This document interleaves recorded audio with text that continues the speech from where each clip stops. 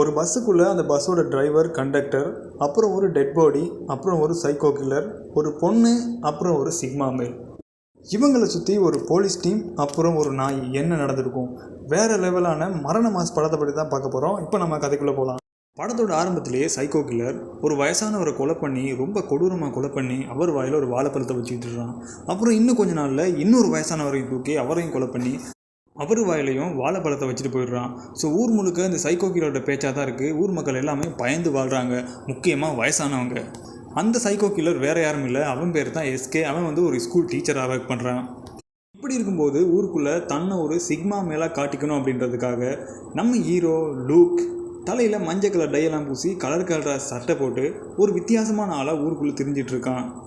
இவனோட அட்டூழியம் தாங்க முடியாமல் ஊர் மக்கள் செம்ம காண்டில் இருக்காங்க. அதே நேரம் கேர்ள் ஃப்ரெண்டும் இவர் ஒரு பைத்தியம்னு நினச்சி இவனை பிரேக்கப் பண்ணிடுறா. இந்த நேரம் பார்த்து இவனோட யூடியூப் சேனலில் சைக்கோ கில்லரை பற்றி ஒரு வீடியோ போட, இவனோட கெட்டப்பெல்லாம் பார்த்து ஒருவேளை இவன் தான் சைக்கோ கில்லராக இருப்பான்னு போலீஸ் இவனை அரெஸ்ட் பண்ணிடுறாங்க. அப்புறமா ஊர் மக்கள்லாம் கூடி ஸ்டேஷனுக்கு போய், இவன் சைக்கோ கில்லர்லாம் இல்லை, இவன் ஒரு லூஸு, நாங்கள் எல்லாமே சொந்த பணம் 16 லட்சத்தை போட்டு இவனை செக்கோஸ்லேவியா நாட்டுக்கு அனுப்ப ரெடி பண்ணியிருக்கோம். ஸோ தயவு செய்து இவனை விட்டுருங்கன்னு கெஞ்ச போலீஸும் இவனோட நிரமராதின்னு நினச்சி இவனை அனுப்பிடுறாங்க. அதே நேரம் ஊரில் செம்ம கெத்தான ஆஃபீஸர்னு எல்லாமே நம்பிட்டு இருக்க டிஒய்எஸ்பி அஜயோட நாய் தொலைஞ்சிருது. ஸோ நாய் தொலைஞ்சோன்னா அவர் விடிய அழுது, அவருக்கு இருந்த ஒரே சொந்தம் நாய் தானே மனம் உடைஞ்சு போய் கடைசியாக சைக்காட்டிஸ்ட்டை போயிட்டுறாரு. அவரோட ஆசையை வளர்த்து அந்த நாய் பேர் பக்ரு.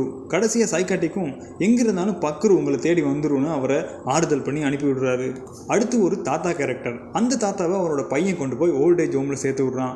அந்த ஓல்டேஜ் ஹோம் மேனேஜர், தம்பி நீ பார்க்க படித்த மாதிரி இருக்க, ஏன் வயசான ஐயாவை கொண்டு நீங்கள் சேர்க்குறேன்னு கேட்குறான்.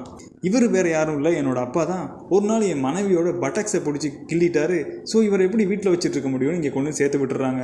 அப்புறம் தான் தெரியுது அந்த தாத்தா ஒரு சில்மிச தாத்தான்னு. கொஞ்ச நாள் கழித்து தொலைஞ்சு போன போலீஸ் ஆஃபீஸரோட நாய் பக்ருவும் அதே ஓல்டேஜ் ஹோமுக்கு வந்து சேருது. அப்புறம் அந்த சைக்கோ கில்லரோட நெக்ஸ்ட் டார்கெட்டும் இந்த வயசான தாத்தா, சில்மிச தாத்தா தான். இவரை எப்படியாச்சும் போட்டு தள்ளணும்னு அவன் பிளான் பண்ணிட்டு இருக்கான். இந்த நேரம் பார்த்து தாத்தாவும் அந்த நாயும் ஓல்டேஜ் ஹோம்லேருந்து தப்பி ஓடிடுறாங்க. தாத்தா தப்பியோட நாய் அவர் பின்னுக்கே வந்துடுது. இவர் அந்த நாயை அங்கே உள்ள ஒரு வண்டியில் கட்டி வச்சுட்டு பக்கத்தில் உள்ள ஒரு பாரில் போய் குந்துறாரு. என்ன ஒரு ஆச்சரியம், பாரில் இவருக்கு எதிர்த்தாப்புலையே யாரை கொல்லணும்னு அந்த சைக்கோ கில்லர் காத்திருக்கானோ அவனுக்கு முன்னாலே போய் இவர் போயிட்டு உட்கார்றாரு. கும்பிட போன தெய்வம் குறுக்கு வந்த மாதிரி அந்த சைக்கோ கில்லர் இவருக்கும் சேர்த்து சரக்கு வாங்கி கொடுத்து இவரை வண்டியில் ஏற்றிட்டு போகிறான். போகிற வழியில் ஒரு கடையில் நிறுத்திட்டு கடையில் பிளேடு, கத்தி ஏதாச்சும் இருக்கான்னு கேட்டுட்டு இருக்கான். போதையில் இருந்த நம்ம சில்மிஸ் தாத்தா ஓடி போய் பஸ்ஸில் ஏறிடுறாரு. இவனும் ஒரு வழி இல்லாமல் வண்டியை விட்டுட்டு ஓடி போய் அதே பஸ்ஸில் இவனும் ஏறிடுறான். ஸோ நைட் ஆகி பஸ்ஸு ஊருக்குள்ளே வந்துடுது. அதே பஸ்ஸில் நம்ம ஹீரோயின் ஜெஸ்ஸியும் உட்காந்துருக்கா. இப்போ பஸ்ஸில் ஜெஸ்ஸி, கண்டக்டர், டிரைவர், அப்புறம் சைக்கோ கில்லர், அப்புறம் அந்த தாத்தா, அவ்வளோ பேர் தான் இருக்காங்க. தாத்தா சும்மா இருக்க முடியாமல் அவரோட சில்மிஸை ஜெஸ்ஸிக்கிட்ட காசு, ஜெஸ்ஸிக்கிட்ட கிராண்ட்மா அவரோட பர்த்டேக்கு அவருக்கு கிஃப்ட் பண்ண பெப்பர் ஸ்ப்ரே எடுத்து தாத்தா மூஞ்சிலே அடிச்சிடுறா. வயசான கட்டனால கட்ட உடனே மேலே போய் சேர்ந்துருது. ஸோ இப்போ இந்த பாடியை வச்சு என்ன பண்ணலான்னு எல்லாம் யோசிச்சுட்டு இருக்கும்போது தாத்தாவோட பாடியை நானே கொண்டு போய் புதைச்சிடுறேன்னு அந்த சைக்கோ கில்லர் பார் எடுத்துக்கிறான். கேட்குறதுக்கு இந்த பொண்ணு அழுறா, அது எனக்கு பாவமாக இருக்குன்னு ஒரு பொய் சாட்டு சொல்கிறான்.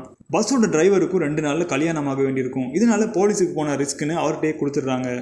அப்புறமா பஸ்ஸை எடுத்துகிட்டு முள்ள நகரும்போது பஸ்ஸை ஓவர்டேக் பண்ணி வந்து நிப்பாட்டுறான் நம்ம ஹீரோ லூக்கு.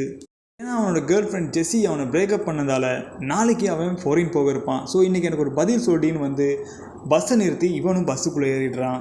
ஸோ டெட் பாடியை இப்படி இவன்ட்டெல்லாம் கொடுக்க முடியாது, இவனை பார்க்க பயந்தவன் மாதிரி இருக்குன்னு சைக்கோ கில்லரை பற்றி சொல்கிறான். ஸோ இதை கொண்டு போய் எங்கேயாவது புதைத்திடலான்னு ஒரு சுடுகாடு கொண்டு போகிறாங்க. அங்கே கொண்டு போய் ஒரு ஏற்கனவே புதைச்ச ஒரு பணத்தை தோண்டி அதுக்கு மேலே இதையும் போட்டு மூடு போகும்போது தான் அந்த பாடி மேலே ஒரு டேட்டோ குத்திருக்கு.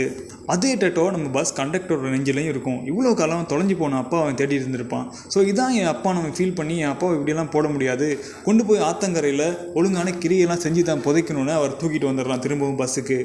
ஆத்தக்கரையை நோக்கி போயிட்டு இருக்கும்போது சின்ன பசங்க வந்து ஒரு வேனு பிரேக் டவுன் ஆக அந்த பசங்களெல்லாம் இந்த வண்டியில் ஏற்றி விட்றாங்க, முன்னுக்கு சந்தியில் இறங்கிக்குவாங்கன்னு. அவங்களும் போய் அங்கே இறங்கிக்கிறாங்க. இப்போ போலீஸும் கண்டுபிடிச்சிடுறாங்க எஸ்கே சைக்கோ கில்லரோட அடுத்த டார்கெட் வந்து இந்த சில்மிச தாத்தாவாக தான் இருக்கும்னு. காரணம் நான் லாஸ்ட்டாக சொல்கிறேன். இப்போ தாத்தாவோட ஃபோட்டோ அனுப்பி எல்லா இடத்துலையும் தாத்தாவை தேடுறாங்க.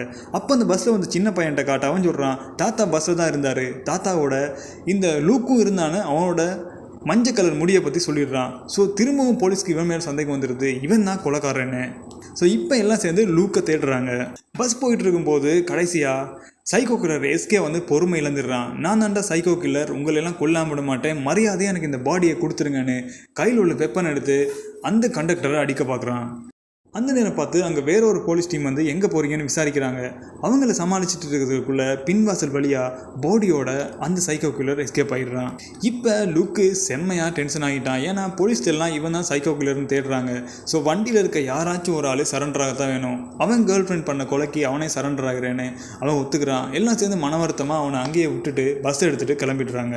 கொஞ்ச நேரத்தில் அவன் இருந்த இடத்துக்கு போலீஸோட நாய் பக்ரும் வந்து சேர ஸ்டாப்பில் உள்ள சுவரில் பக்கரோட ஃபோட்டோவும் ஃபோன் நம்பரும் போட்டிருக்கு. உடனே போலீஸுக்கு கால் பண்ணி அவர் போலீஸ்னு தெரியாமல் உங்கள் நான் இங்கே தான் இருக்குன்னு அவன் சொல்லிடுறான். அந்த நேரம் பார்த்து வழியில் வந்த ஊர் மக்கள் 2 பேரை இவனை பிடிச்சி போலீஸ் ஒப்படைக்க பார்க்குறாங்க.